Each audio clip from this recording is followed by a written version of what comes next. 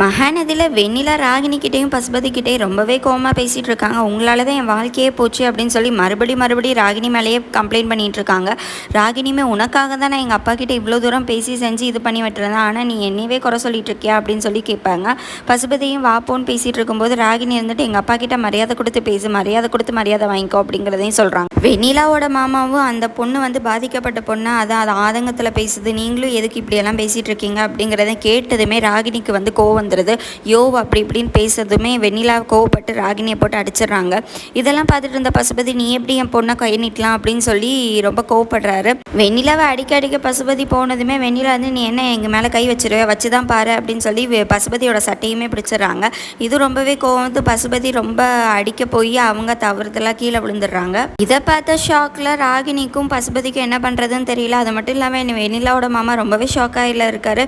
ஐயோ என்னங்க இப்படி பண்ணிட்டீங்க அப்படின்னு சொல்லி ரொம்பவே புலம்புறாரு. விஜயும் காவேரி ரொம்பவே ஹாப்பியாக இருக்காங்க. அது மட்டும் இல்லாமல் காவேரி கரெக்டாக வீட்டுக்கு போகிறாங்கன்னு தெரிஞ்ச விஜய் ரொம்பவே சோகமாகிடுறாரு.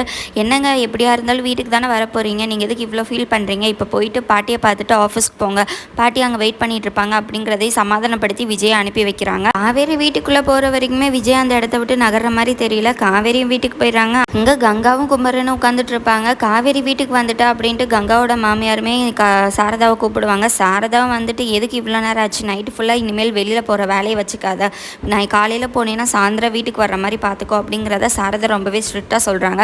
சரிம்மா இந்த எக்ஸிபிஷன் இன்னும் ஒரு வாரத்தில் முடிஞ்சிடும், அதுக்கு மேலே நான் எங்கேயுமே போக மாட்டேன் அப்படிங்கிறதையுமே காவேரி சொல்லி முடிக்கிறாங்க. அந்நேரம்னு பார்த்து கரெக்டாக கங்காவோட மாமியார் ஆமாம் நீ வெளியில் போகிறது மட்டும் இல்லாமல் உன்னால தான் இந்த வீட்டில் எல்லாருக்குமே பிரச்சனை, இந்த மாதிரி கங்காவுக்கு நேற்று வழி வந்துருச்சு அப்படிங்கிறதையும் சொல்கிறாங்க.